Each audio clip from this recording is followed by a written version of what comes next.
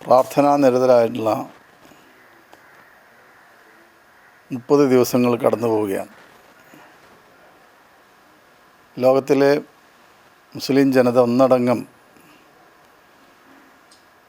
മനസ്സിനെയും ശരീരത്തെയും ഒന്നായി കണ്ടുകൊണ്ട് ദൈവസന്നിധിയിൽ എത്തിപ്പെടാനുള്ള മാനസികമായ തയ്യാറെടുപ്പിലാണ് ഈ 30 ദിനങ്ങൾ കഴിഞ്ഞു പോയത്. ഇന്ന് ലോകത്തെമ്പാടുമുള്ള കോവിഡ് വ്യാപനം